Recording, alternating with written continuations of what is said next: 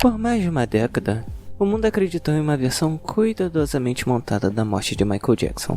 Uma história que colocava a culpa na exaustão, os remédios prescritos, em um único médico que teria cometido um erro fatal. Mas agora, aos 94 anos, Catherine Jackson começou a quebrar o silêncio que ela guardou por anos. E o que ela revelou soa muito diferente da narrativa que foi apresentada ao público. Catherine Jackson falou: Michael não morreu da forma que disseram a vocês. Catherine falou da existência de algo que Michael costumava chamar de O Círculo. Segundo ele, era um grupo que estava sempre por perto, mas nunca parecia de verdade. Uma força invisível, sobre a qual ele alertou a mãe muito antes do público sequer imaginar que algo estava errado. Michael dizia que esse círculo observava cada passo seu, acompanhava seus negócios, suas entrevistas e até a forma como ele chegava e saía de lugares. Com o tempo, ele passou a acreditar que estava sendo empurrado para um jogo do qual ele não conseguiria mais sair. Na visão de Catherine Jackson, a história da queda de Michael Jackson não começou naquela manhã caótica de junho de 2009. Começou décadas antes, longe das câmeras. Começou no dia em que ele colocou as mãos em algo que a indústria da música jamais imaginou ver totalmente sob o controle de um artista negro. Não importa quanto ele fosse talentoso, amado ou poderoso. O catálogo da TV, o império que guardava as músicas dos Beatles. Em 1985, Michael Jackson tinha apenas 27 anos quando assinou o contrato que colocaria suas mãos em uma das coleções de direitos autorais mais valiosas da história da música. Naquela canetada, ele não comprou apenas músicas, ele atravessou uma porta que gente poderosa passou anos mantendo trancada.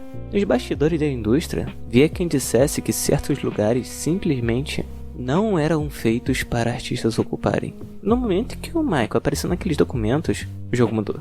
Talvez ele não percebesse ainda, mas o chão sob seus pés já não era mais o mesmo. Aquele catálogo não era apenas uma conquista para colocar na estante, era um trono.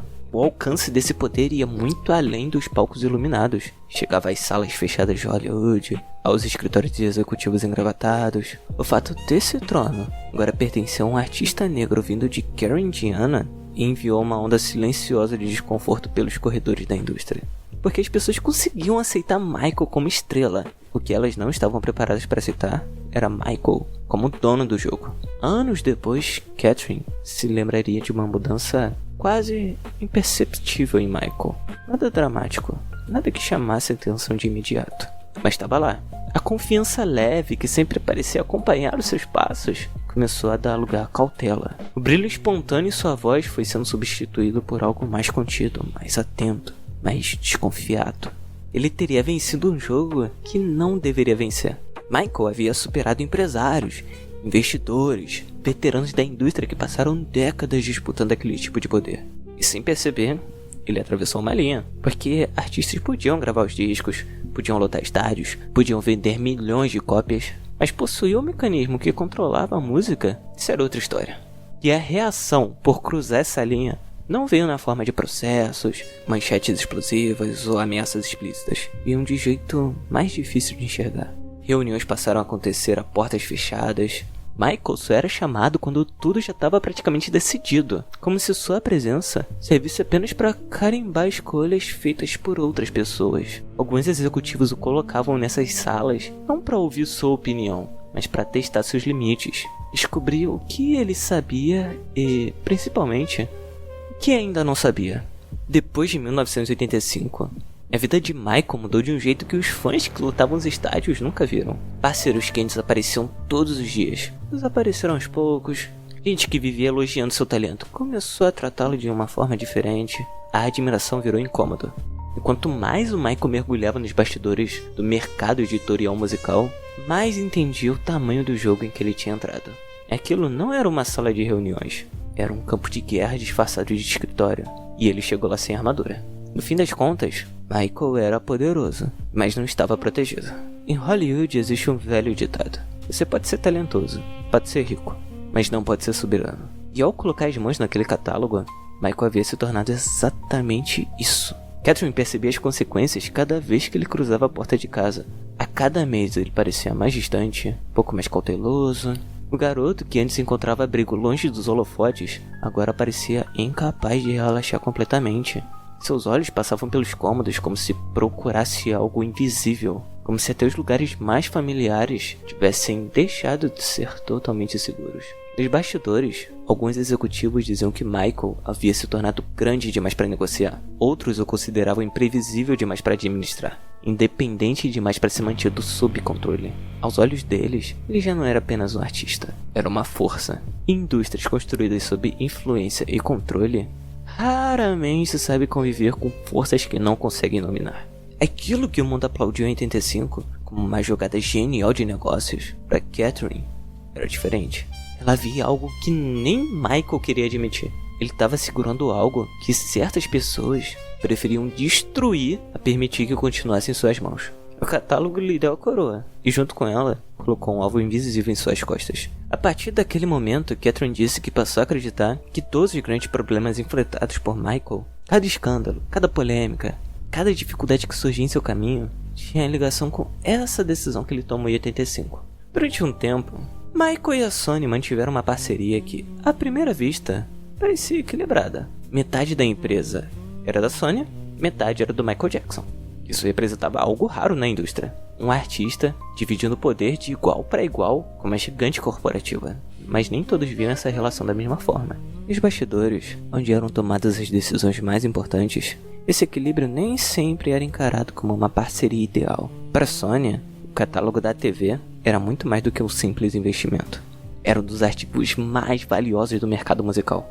E Michael, ao defender sua independência, questionar determinadas decisões e proteger sua participação no negócio, estava numa posição incomum para um artista. Ele não era apenas um astro da música, ele era um dos proprietários de um patrimônio que poucos no setor conseguiam controlar. Michael já não era o garoto prodígio que a indústria acreditava poder controlar. Ele tinha aprendido como o jogo funcionava nos bastidores. Entendia o valor dos direitos autorais, das masters originais, das propriedades intelectuais, fazia perguntas sobre porcentagens, contratos, participações futuras, cláusulas que muitos artistas nem liam. E numa indústria construída para manter artistas dependentes e mal informados, o momento em que alguém entende as regras do jogo é exatamente o momento em que essa pessoa passa a ser vista como uma ameaça. A Sony buscava uma coisa acima de tudo: controle, menos variáveis, menos riscos, mais poder concentrado. Michael queria o oposto. Ele queria independência, queria decidir o destino da própria arte e dos próprios negócios sem precisar da aprovação de executivos ou conselhos corporativos. Enquanto a empresa valorizava a conformidade, Michael exigia autonomia.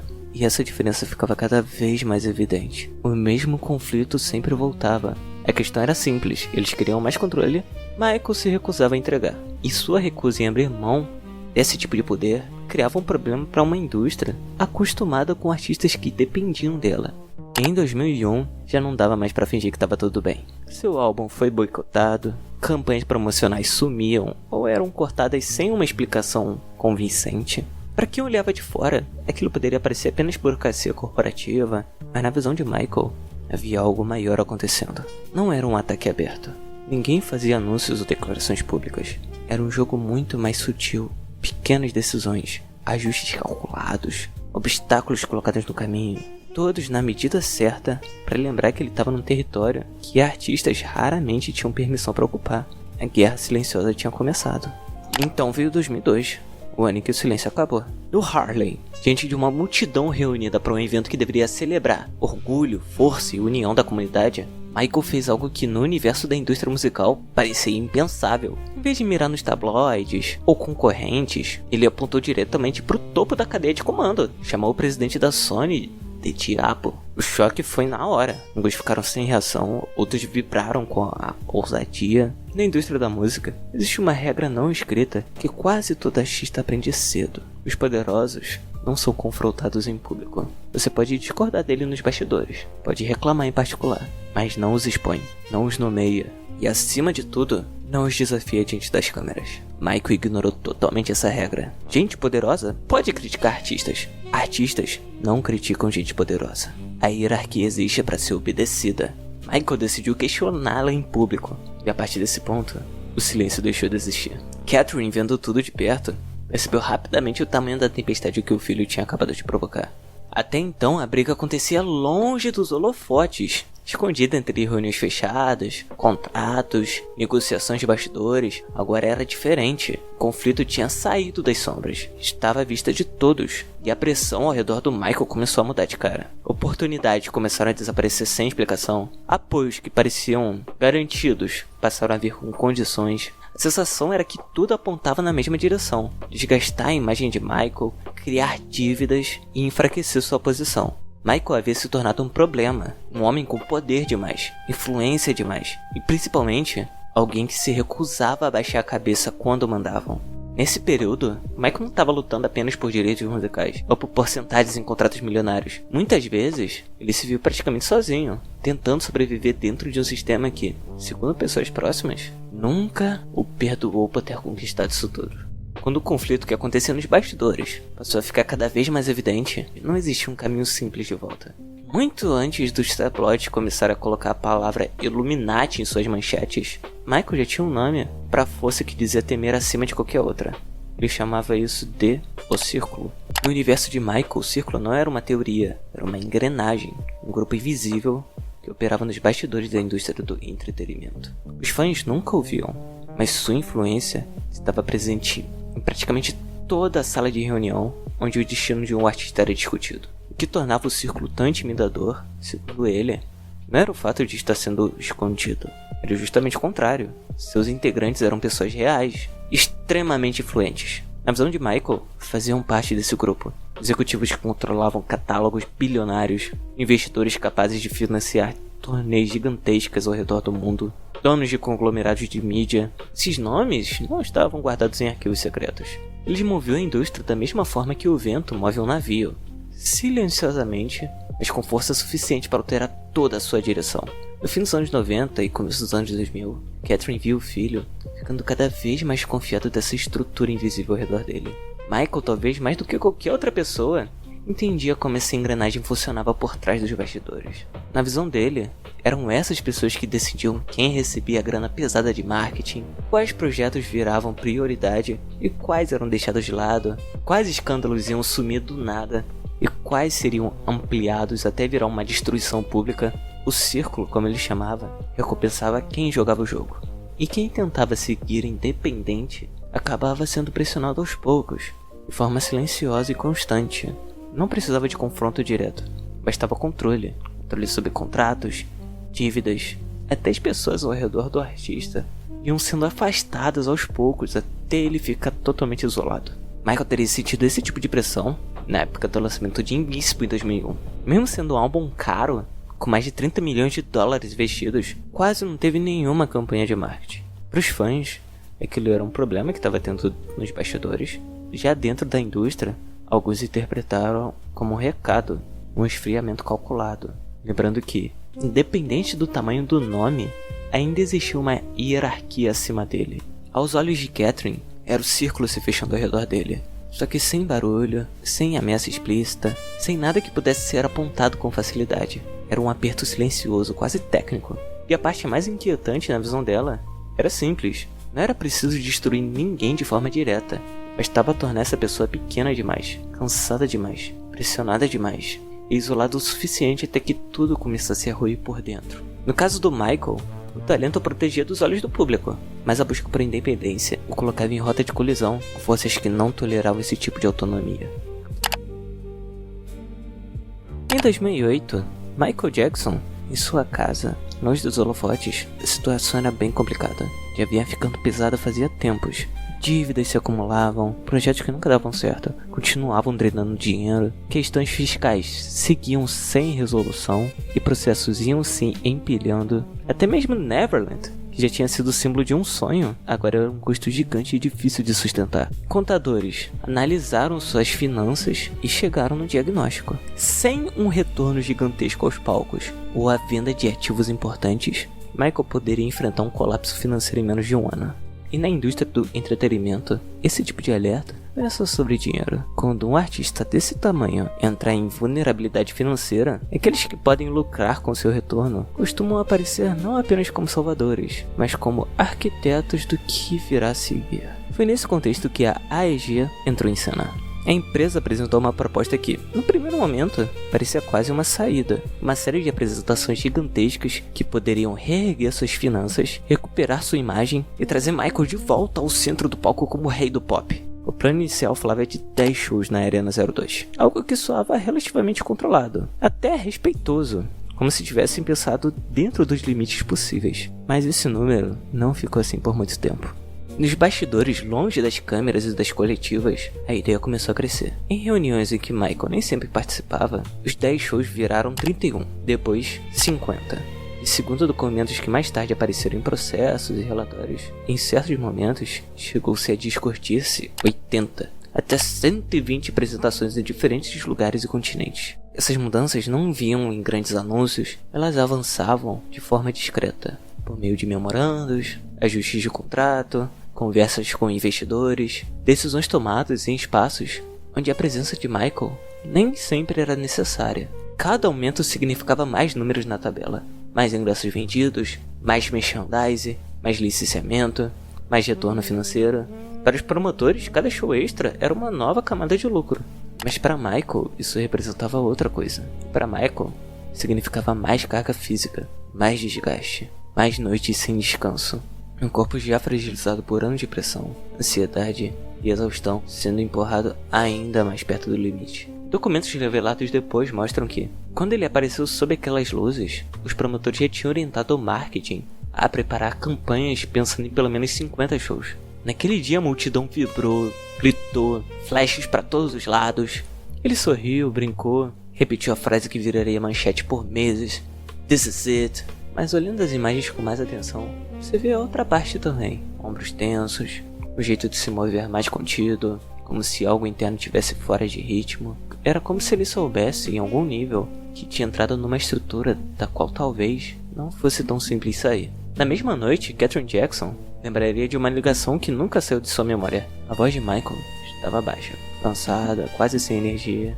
Ele disse que estava exausto, não dormia direito havia meses. A mistura de ansiedade, desgaste físico e o peso de um compromisso que já parecia maior do que ele mesmo começava a cobrar um preço alto. Que era para ser um grande retorno, já não parecia tão simples assim. Parecia grande demais até para ele mesmo carregar sozinho. Nos bastidores, a pressão só crescia. Sempre que Michael mostrava desconforto, pedia ajustes ou deixava claro que a agenda estava pesada demais, nada desacelerava. Pelo contrário, tudo ficava ainda mais intenso. Os ensaios se alongavam, as cobranças aumentavam e os prazos continuavam exatamente do mesmo jeito.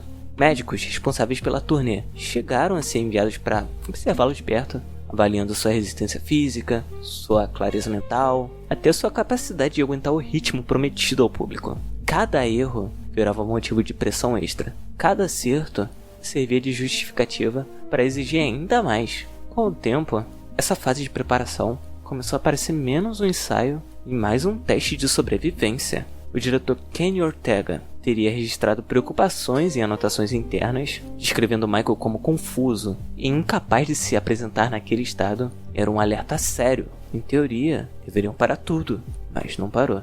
O dinheiro já estava em movimento. Os contratos já estavam assinados. A engrenagem da turnê já estava girando. E quando uma máquina desse tamanho começa a rodar, dificilmente ela para só porque alguém chegou no limite. O que os investigadores encontraram depois, em rascunhos de contratos, foi ainda mais preocupante. Os documentos não falavam só de 50 shows que o público conhecia. Havia cláusulas para turnê mundiais, direitos para fazer um documentário, expansões de merchandising e até novos projetos. Michael já não estava em plena forma, estava exausto.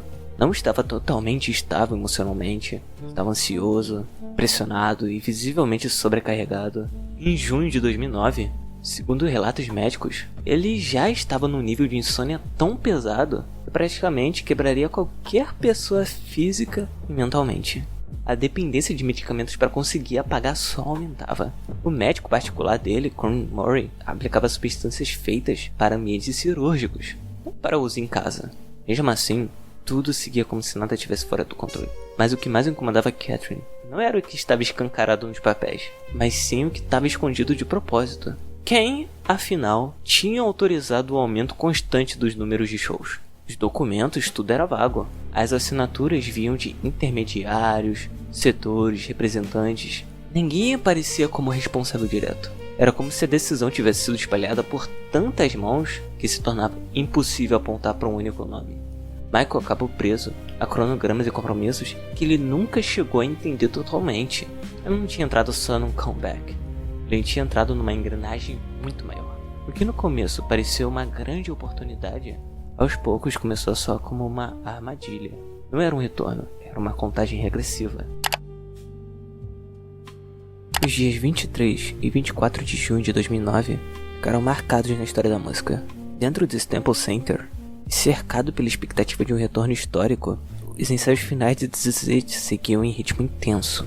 Quando Michael chegou, algo parecia estar errado. Ele estava visivelmente fragilizado, parecia menor dentro das próprias roupas, suas mãos tremiam, a cabeça tombava repetidamente e seus olhos pareciam perdidos, lutando para se concentrar no que acontecia à sua frente. Anos depois, alguns dançarinos lembrariam daquela cena com desconforto. Disseram que Michael se movia como se o ar ao redor tivesse ficado mais pesado, como se cada passo exigisse um esforço enorme. Havia uma sensação de que apenas sua determinação mantinha de pé. E ele continua. A música começou, as luzes permaneceram acesas e o ensaio seguiu em frente.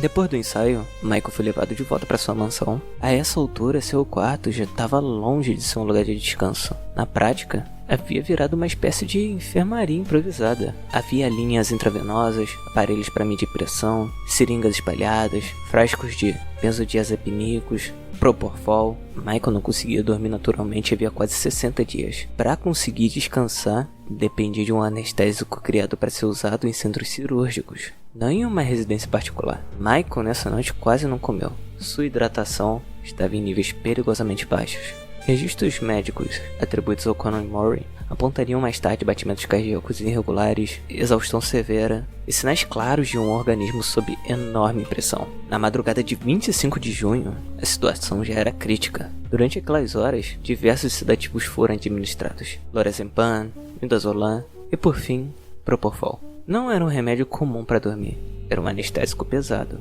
feito para cirurgias que exigem um monitoramento constante, equipamentos especializados e uma equipe preparada para agir em caso de emergência. Mas não tinha nada disso ali. Não tinha um monitor cardíaco acompanhando seus sinais vitais em tempo real, não havia um sistema de oxigênio reserva, não havia um carrinho de emergência pronto para uma eventual ressuscitação. Aquilo estava muito longe de um ambiente hospitalar. Na prática, era uma aposta mortal entre a inconsciência induzida e o risco de nunca mais despertar. Por volta das 10h40 da manhã, Murray diria mais tarde que Michael parou de responder aos estímulos, e é nesse instante que começa o trecho mais sombrio de toda essa história. Às 10h40 até aproximadamente meio-dia e 21, ninguém sabe o que aconteceu. São 101 minutos cercados por dúvidas, contradições e perguntas que jamais receberam respostas definitivas. Os relatos das testemunhas não batiam entre si. Alguns disseram que o Murray entrou em desespero, derrubando equipamentos, estava andando de um lado para o outro sem saber como agir. Outros acreditam que ele pode ter tentado organizar, ou até alterar a cena antes que mais pessoas entrassem no quarto.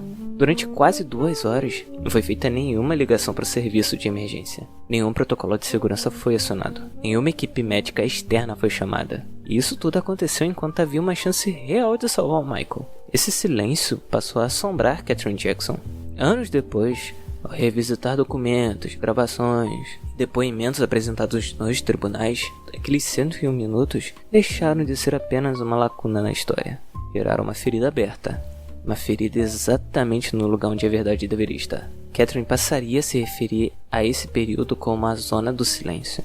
Um trecho da história onde as respostas pareciam existir, mas elas nunca apareciam por completo. Não porque ninguém soubesse o que aconteceu, mas porque aqueles que sabiam jamais falariam. Meio-dia 21. Finalmente foi feita uma ligação para o 191, serviço de emergência dos Estados Unidos. 5 minutos depois, por volta de meio-dia 26, os paramédicos chegaram na mansão de Michael. Não demorou para eles perceberem a gravidade da situação. Em poucos segundos, ficou claro que Michael provavelmente estava em parada cardíaca havia tempo demais. Durante mais de 40 minutos, tentaram reanimá-lo, lutando contra uma realidade que talvez estivesse definida muito antes deles cruzarem a porta do quarto. Pouco depois, Michael foi colocado na ambulância, levado ao UCLA Medical Center. Às 2h26, dia 25 de junho de 2009, veio a confirmação oficial. Michael Jackson estava morto. Na visão de Catherine Jackson, não precisou ninguém empurrar ele para o abismo. Para Catherine, This Is It não foi a causa da morte, foi apenas o palco onde os acontecimentos finais se desenrolaram. Nas horas e dias após a morte de Michael Jackson, a reação da indústria aconteceu numa velocidade impressionante. Para muita gente, parecia menos uma resposta ao choque e mais a execução de algo que já estava pronto antes de entrar em ação. Segundo registros e reportagens da época, em menos de 30 dias depois de Michael ser declarado morto, a Sony fechou um dos maiores contratos da história da música. O acordo, estimado em cerca de 250 milhões de dólares, incluía álbuns póstumos, documentários e uma série de projetos envolvendo materiais de arquivo. Negócios desse tamanho normalmente levam meses de negociações, análises financeiras, revisões jurídicas e aprovações em vários níveis da empresa. Não são acordos que aparecem da noite para o dia. Ainda assim, o contrato foi concluído em tempo recorde, levantando questionamentos sobre o quanto desse planejamento já estava em andamento antes mesmo da morte de Michael.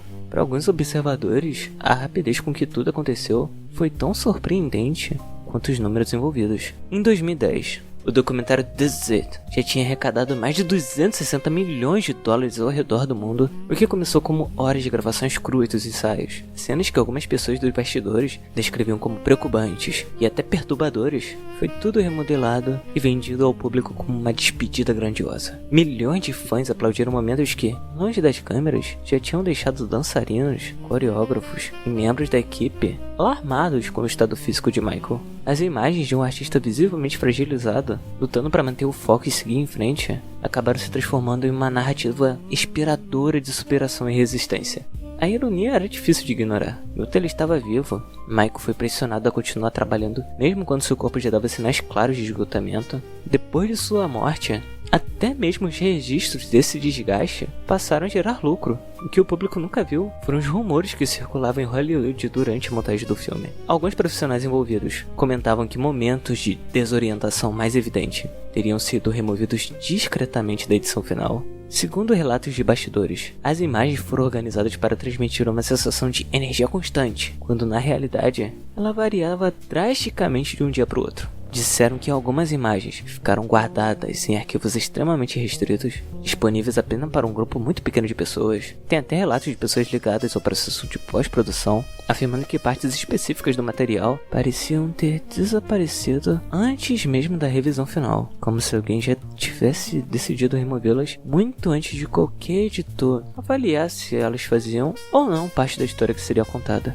E o que deixou tudo ainda mais estranho foi a velocidade que This Is It chegou nos cinemas. Produções desse tamanho normalmente levam meses, às vezes anos, para passar por edição, aprovações legais, negociações de direitos e acordos de distribuição internacional. Mesmo assim, o filme foi finalizado e lançado em um prazo que muitos profissionais da indústria consideram surpreendentemente rápido.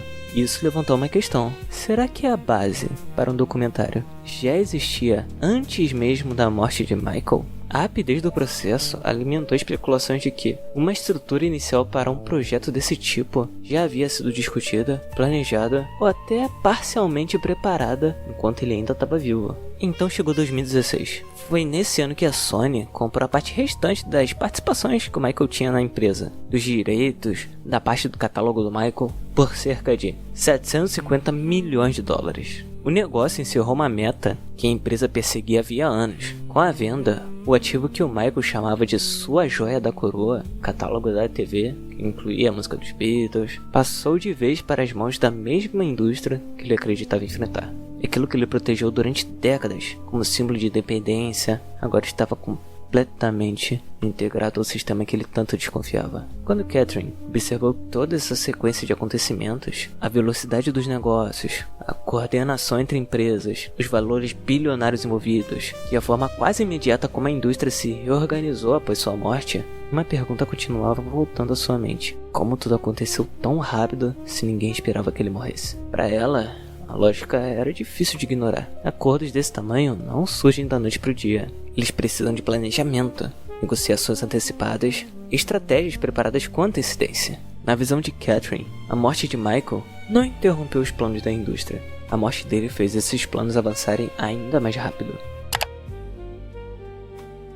Anos se passaram até Catherine Jackson finalmente encontrar forças para juntar as peças e falar sobre elas em voz alta. O tempo suavizou seus gestos, desacelerou seus passos, mas nunca apagou suas lembranças. Durante anos, Catherine evitou entrevistas, fugiu dos microfones, das câmeras, das discussões sobre quem deveria ser responsabilizado, escolheu se afastar dos holofotes que perseguiram sua família por décadas. Mas o silêncio também cobra seu preço. Por mais que ela tentasse seguir em frente, seus pensamentos sempre voltavam para o mesmo lugar. Muito antes de This Is It, muito antes das enxurradas de processos, manchetes e escândalos, muito antes de o mundo passar a enxergar Michael como alguém estável ou fragilizado, houve uma conversa. Sentado ao lado da mãe, ele compartilhou algo que a deixou inquieta de um jeito que ela só entenderia anos depois. Michael disse que, se algum dia algo acontecesse com ele, ela não deveria acreditar que tinha sido apenas um acidente. Na época, aquelas palavras pareciam estranhas,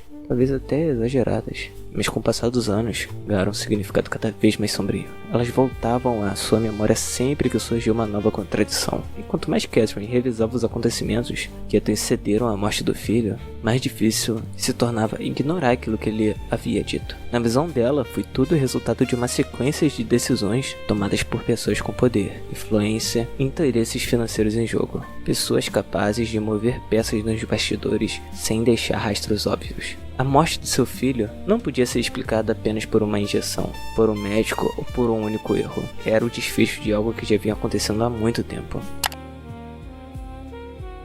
Mesmo no capítulo mais sombrio dessa história, existe algo que nunca conseguiu ser apagado. Apesar do desgaste físico, da exploração de sua imagem, a influência de Michael Jackson simplesmente se recusa a desaparecer. Ela escapou do controle das corporações, sobreviveu às controvérsias e ultrapassou as narrativas criadas para diminuir sua importância. Suas músicas continuam moldando a música pop em escala global. Sua forma de compor, seu talento de criar melodias marcantes, seu senso único de ritmo e harmonia ainda ecoam em artistas que nem eram nascidos quando o Thriller chegou nas lojas. Michael não fez apenas shows, ele reinventou o que um show poderia ser. Transformou apresentações em experiências gigantescas, misturando dança, cinema, iluminação e música de uma forma que mudou para sempre o entretenimento ao vivo. Sua voz continua atravessando gerações, poderosa e vulnerável ao mesmo tempo, e os alertas que ele fazia sobre controle artístico, direito sobre a própria obra e os riscos de uma indústria sem limites, hoje me parecem muito menos exageros e muito mais avisos que chegaram antes do tempo.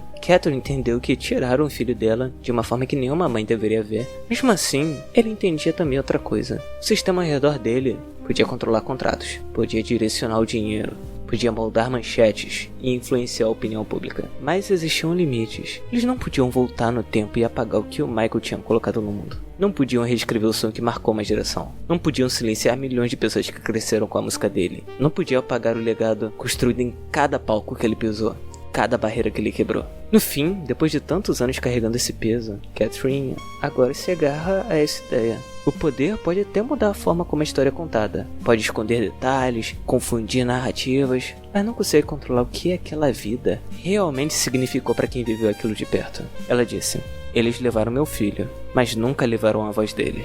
E agora que as linhas do tempo foram expostas, os contratos revisados, ainda sobra uma pergunta que nunca vai se calar. A morte de Michael Jackson foi apenas uma sequência trágica de fatores? Ou foi um desfecho de um sistema que queria que isso acontecesse? Porque quando você olha a sequência dos acontecimentos, o dinheiro envolvido, a velocidade dos acordos, as decisões tomadas longe dos holofotes e quem acabou se beneficiando em cada etapa, fica difícil não sentir que essa história é muito mais complexa do que uma simples coincidência. E você, acha que o Michael foi sendo colocado aos poucos, numa armadilha sem saída, contratos, pressão, expectativa, até não restar nada dele? Ou acho que ainda tem coisas escondidas nessa história que não foram contadas direito? Comenta aí o que você pensa. Se inscreve no canal se quiser acompanhar o próximo capítulo dessa investigação. Que a gente vai continuar puxando esses fios que quase ninguém quer mexer. E é isso. Sou Lucas Cinti. E até o próximo vídeo, galera.